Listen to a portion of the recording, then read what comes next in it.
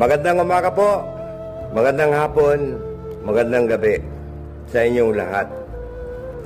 Sana po mapanood nyo itong mensahe ko sa inyong lahat regarding yung sagot ko sa mga sinabi ni Madam Senadora Amy Marcos kahapon. Nasyak po ako kasi hindi ko akalain na magagawa niya yan. Kasi kilala ko yan, magmula ng 11 years old po yan.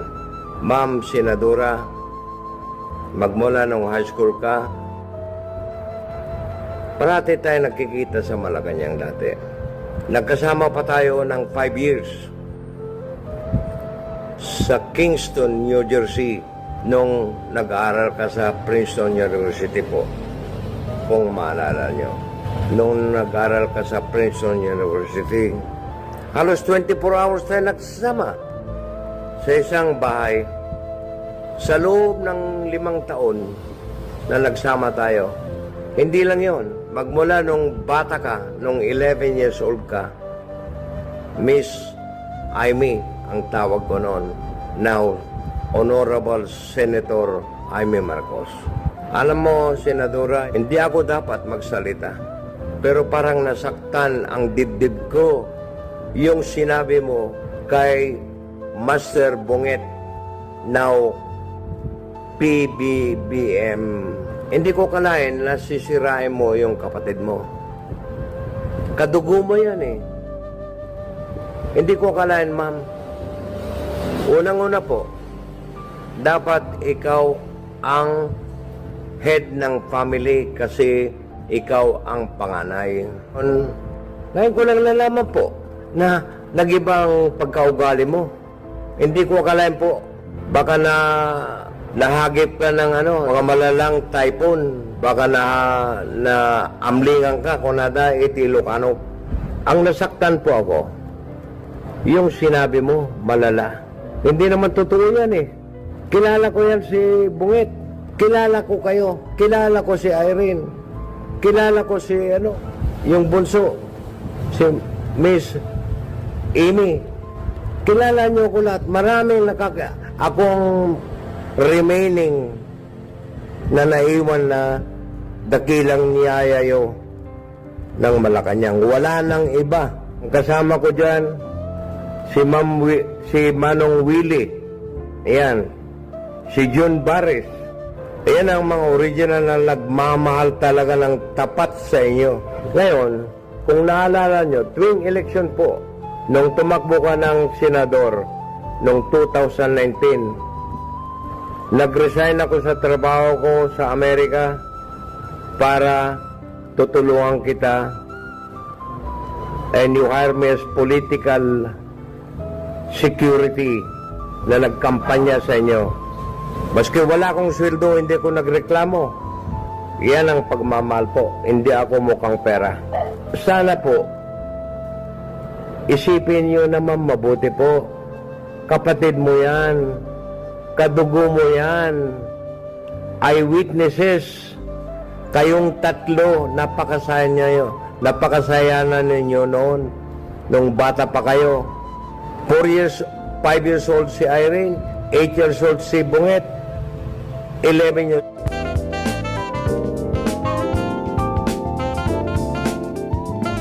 old ka, ma'am. Napakasaya ninyo nung araw. Napakasaya. Kung saan ka pumunta, party dito, party dyan. Napakasaya. Hindi ko akalain na ganito ang nangyari.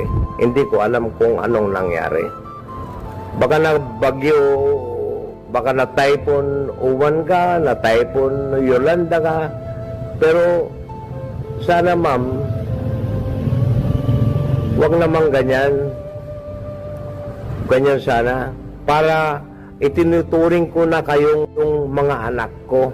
I am 81 years old na po, na naglilingkod pa rin sa pamilya ng Marcos hanggang ngayon. Huwag kayong magagalit po. Itong mensahe ko para sa inyo po. Kasi mas matanda ako sa inyo, I consider myself as your stepfather kung tutuusin. Advice ko lang, ma'am, mahalin mo yung mga kapatid mo. Ako rin, panganay ako sa pamilya, ma'am. Siyam kami magkakapatid. Pero hindi kami nagsisiraan. Kung pwede mong takpan yung kapatid mo, takpan mo. Ganyan yan. Blood is thicker than water. Yan ang sinasabi nila. Mga kababayan na nakikinig, itong kapatid nyo, lolo nyo na nagsasalita,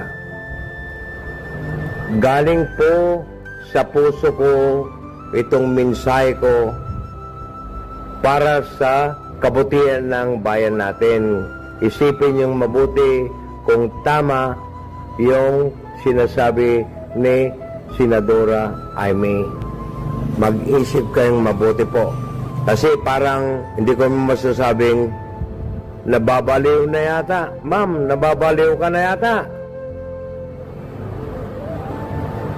Baka kumain ka ng shrimps kasi allergic ka ng shrimps.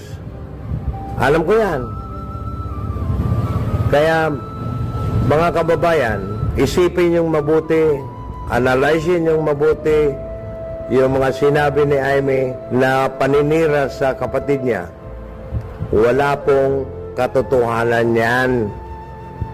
Nasa tabi ako ni BBM yan. Alam ko kung anong gusto niyang makain. Nilulutuan pa namin ng kambing yan. Walang bisyo yan. Nagiinom lang, kuminsan, 2 San Miguel Lights after the campaign. Kung sakali man after the rally, maginuman kami. Nagiinuman kami, pati bodyguard. Ganyan ang pagtuturing niya yung mga nasa tabi ni BBM yan. Hindi matapobre yan. Hindi nagagalit yan. Hindi ko pa narinig yung 3 magkapatid na nagmumura. Ngayon din si Amy. Hindi naman nagmura si Amy. Pero nagsabi lang kasinungalingan. Yan ang masasabi ko lang po. Lastly, kung mapapanood mo itong mensahe ko, Senadora, pati yung kaibigan mo diyan sa Subic, nag-uusap kami, napakabait mo. Kilala mo yan. Financier mo ng isa. Yung may-ari ng Sigara Hotel dito sa Subic. Kilala kita mabuti. Yung mga bodyguard mo nga, sina Rolex idol nila ako kasi nandun ako sa tabi parate. Hinihilan niya ako. Dito ka manong, ganyan yan. Mabuti na dito ka, magpakita ka kay Bosyang. Actually, ang palayo niyo sa amin ni Amy is Bosyang. Maraming nakakalam na very close sa kanya. Tingnan mo yan. Nakasama kami. Ang dami kong kasama sa prison noon, ma'am. The late Colonel Arwisa. Yung anak niya ngayon, personal secretary ni BBM, si Leni Arwisa. Ang pamilya namin, sobrang pagka-loyal sa inyong pamilya ng Marcos. Nandito pa rin kami. Walang iwanan po. Yan ang pangako ko kay BBM noon. Habang buhay ako, nandito po ako sa likod ng mga Marcos, sir. Magmula ng protesta, nandyan ako. Alam ni John Paris yan. Kaya, lastly po, Ma'am Senadora, nakikiusap po ako, you are very talented. You are Princeton graduate po. Napakatalino nyo po. Pero, isipin nyo, huwag kayong, you know that already, ma'am. You are very, very talented. You are very, napakahusay nyo po. Kaya yun ang last na mensahe ko po. Sana po, makakarating pa sa inyo itong mensahe ko, ma'am. And kung sakali man meron akong nasabing mali, tawagan lang ninyo ako. Mapapatunayan ko lahat ng mga sinasabi ko. Hindi ako nagsisinungaling. Kaya, ma'am, kung mariluluod po ako sa inyo, gumising naman kayo. Gumising naman kayo, ma'am. Isipin yung mabuti yung sinasabi nyo.